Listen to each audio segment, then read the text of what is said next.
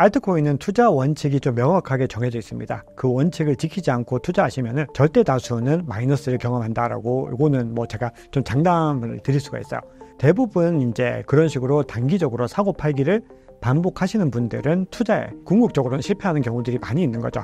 자, 그래서 전체적으로 알트코인에 투자하기 위해서는 몇 가지 전제 조건들을 가져가셔야 됩니다. 그래서 제가 책에서는 3가지라고 정리를 했지만 거기에 어떤 전제까지 더 덧붙여서 한 4가지 정도로 말씀을 드릴 수가 있을 것 같아요.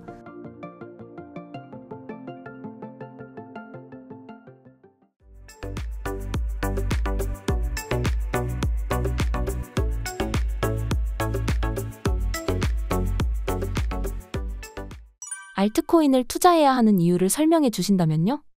네, 우선은 알트코인 투자해야 되는 이유에 대해서는 전제를 하나 말씀을 좀 드리고 싶습니다. 기본적으로 알트코인을 꼭 투자해야 될 이유가 있는 건 아닙니다. 사실은. 왜냐하면 비트코인만 투자하더라도 다른 자산 대비로는 월등하게 수익을 얻을 수 있기 때문에 사실은 다수의 투자자분들이 비트코인만 투자해도 사실은 되기는 하거든요. 근데 문제는 뭐냐면은 불장이 오게 되면은 비트코인과는 비교할 수 없이 상승하는 알트코인들이 나타나는 겁니다. 그러면은 그 포모를 감당하지 못하세요. 절대 다수가 이 암호화폐 시장에서 투자를 하지 않은 분들이야 뭐 대수롭지 않겠지만 투자를 하고 계신 분들은 비트코인의 어떤 수익률을 거의 뭐 몇십 배까지도 상회하는 그런 코인들이 등장하는 것들을 참을 수가 없죠. 그럼 결국은 투자를 하게 되시는데 그럼 어떤 결과가 나오느냐? 그냥 열정만 가지고, 즉 욕심만 가지고 들어가게 됐을 때는 거의 대부분은 마이너스를 경험하게 된다라는 거거든요. 그래서 첫 번째로 가장 중요한 거는 너무나 엄청나게 높은 수익률. 결국은 대부분은 알트코인에 투자하게 되더라. 그렇기 때문에 결국은 어쩔 수 없이 알트코인에 투자를 하게 되는 부분입니다. 근데 그 얘기는 돌려서 말하면은 정말 잘 투자하면은 비트코인보다는 비교할 수 없이 많은 투자 수익률들을 거둘 수 있다는 거죠. 그래서 그 부분들이 중요한 겁니다. 그래서 세 번째로 이 책에서 집필한 이유이기도 한데요. 그렇게 되기 위해서는 그럼 어떻게 투자를 해야 되는가? 제대로 된 방법으로 투자를 해야 되는 거죠. 그러려면 어떻게 해야 되는지에 대한 부분들을 소개해 드리기 위해서 이 책의 여러 가지 방법론들과 어떤 전제들, 그리고 훈련해야 되는 것들, 이런 것들을 다 이제 기재를 해둔 겁니다. 다 적어둔 겁니다. 책에서 알트코인 투자 원칙으로 3가지를 들어주셨는데요. 해당 내용 간단하게 소개해 주신다면요? 네, 우선 알트코인은 투자 원칙이 좀 명확하게 정해져 있습니다. 그 원칙을 지키지 않고 투자하시면은 절대 다수는 마이너스를 경험한다라고, 이거는 뭐 제가 좀 장담을 드릴 수가 있어요. 근데 어떤 분들이 이제 트레이딩 잘 하시는 분들 있죠. 제 주변에도 되게 많으신데 그 트레이딩 잘 하시는 분들의 어떤 사례들을 보고 나도 트레이딩을 잘 할 수 있을 것이다, 이렇게 오해를 하실 수가 있어요. 이렇게 경험이 좀 적으신 분들은 그렇게 생각을 하실 수가 있는데 대부분 이제 그런 식으로 단기적으로 사고 팔기를 반복하시는 분들은 투자에 좀 궁극적으로는 실패하는 경우들이 많이 있는 거죠. 자, 그래서 전체적으로 알트코인에 투자하기 위해서는 몇 가지 전제 조건들을 가져가셔야 됩니다. 그래서 제가 책에서는 3가지라고 정리를 했지만 거기에 어떤 전제까지 더 덧붙여서 한 4가지 정도로 말씀을 드릴 수가 있을 것 같아요. 첫 번째는 기본적으로 비트코인과 이더리움이 포트폴리오에서 상당한 물량으로 들어가 있어야 됩니다. 이거를 지키지 않으시면 곤란합니다. 많은 분들이 본인이 비트코인과 이더리움이 없더라도 잘할 수 있을 것이다 라고 생각을 하시는데 하락장에서는 결코 생각처럼 그렇게 되지 않습니다. 비트코인과 이더리움을 충분히 담고 있다라고 하는 거는 결국은 리스크 해지를 할 수 있다라는 측면이거든요. 왜냐하면 하락했을 때 비트코인보다 가격 방어를 잘하는 알트코인은 없죠. 그런데 그 방어를 잘하는 수준이 알트코인과 전혀 비교가 되지 않습니다. 즉 알트코인들이 30-40% 떨어질 때 비트코인은 5%에서 뭐 그 정도 떨어지는 것이기 때문에 반드시 담고 있어야 됩니다. 자, 두 번째 정말 중요한 거는 절대로 포모에 시달리지 말고 모든 코인에서 수익을 얻으려고 해서는 안 됩니다. 이게 시장이 이제 달아오르기 시작하면은 막 펌프 앤 덤프가 일어나죠. 막 하루는 이 코인이 막 몇백 프로 갔다가 그 다음날은 몇백 프로 가고 이런 것들이 반복되면은 너무 마음이 이제 애가 타기 시작하는 거예요. 그래서 그걸 갖다가 급하게 올라타는 사람들이 많이 있거든요. 근데 그렇게 하시면 뭐 거의 99% 실패하실 수밖에 없는 게 그렇게 개미들이 올라타면은 세력들이 그 물량을 다 던지고 나가는 그 펌프 앤 덤프 구조에서 굉장히 나쁜 구간에 진입을 하는 거다라는 거죠. 그래서 중요한 것은 절대로 어떤 급등하는 코인에 올라타지 않으면서 너무 다 모든 코인에서 수익을 얻으려고 하면 안 되는 겁니다.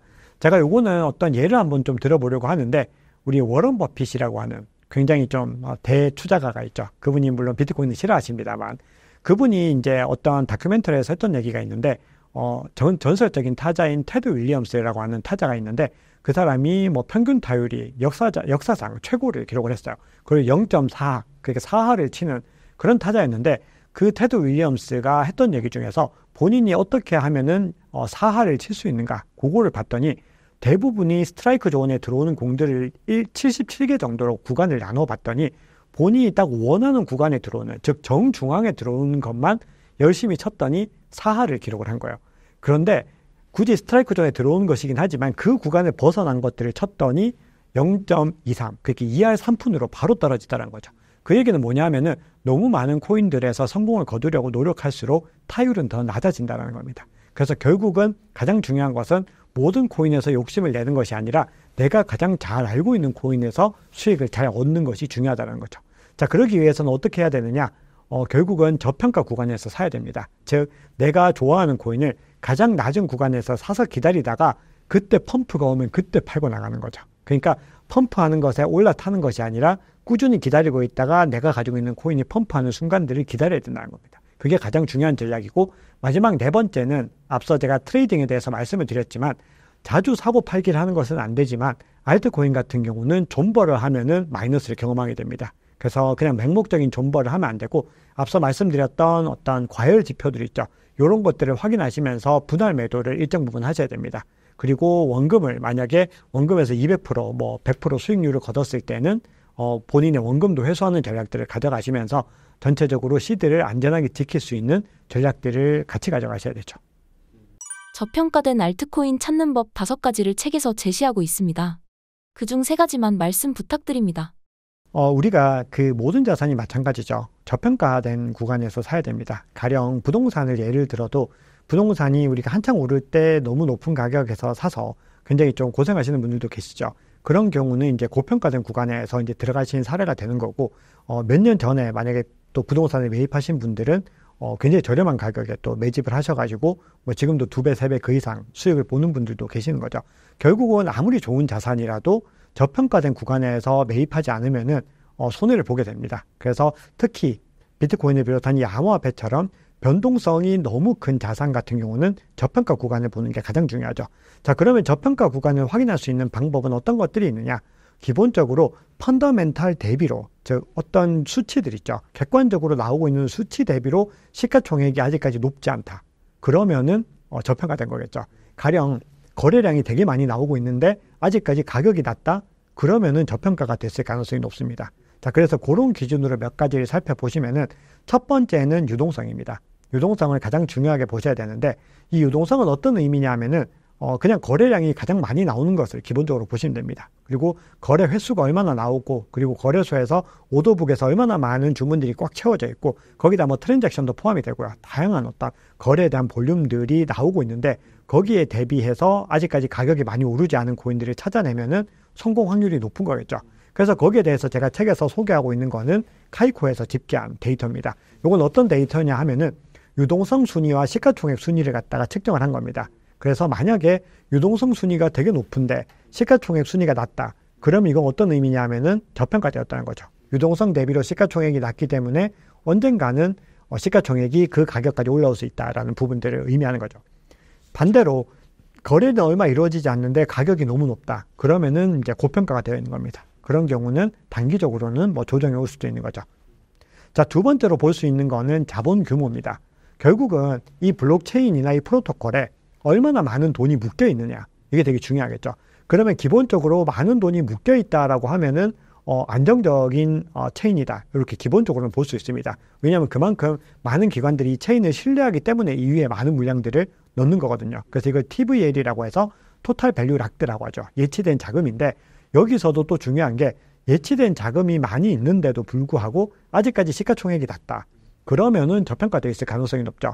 요거는 이제 디파이 라마 같은 사이트에 가셔서 확인하시면 되는데 제 책에서 어떻게 찾으시면 되는지를 또 소개를 하고 있습니다. 그래서 기본적으로 시가총액이 TVL이 많은데 시가총액이 낮은 코인, 요것이 저평가다. 그 두 번째 보실 수가 있죠. 자, 마지막 세 번째는 제가 뭐 개발자나 평가 등급 이런 것들을 많이 소개해 드렸는데, 자, 오늘은 이제 그 항목 외에 한 가지를 더 그냥 말씀을 드리고 싶어요. 그래서 그게 어떤 거냐 하면은 기본적으로 우리가 비트코인에서는 아직까지 좀 안 되지만 뭐 이더리움이라든지 뭐 솔라나나 이런 데서는 이 매출을 발생시키거든요. 왜냐하면 수수료가 있으니까 이 수수료 매출이나 수수료 수익 같은 것들을 발생시키게 되는데, 그 수익이나 매출 대비로 했을 때 아직까지 시가총액이 낮다. 그러면 그것도 역시나 저평가되어 있다라고 볼 수가 있는 겁니다. 그래서 결론적으로 두 가지 관점으로 말씀을 드려볼게요. 자, 첫 번째는 유동성이 많다.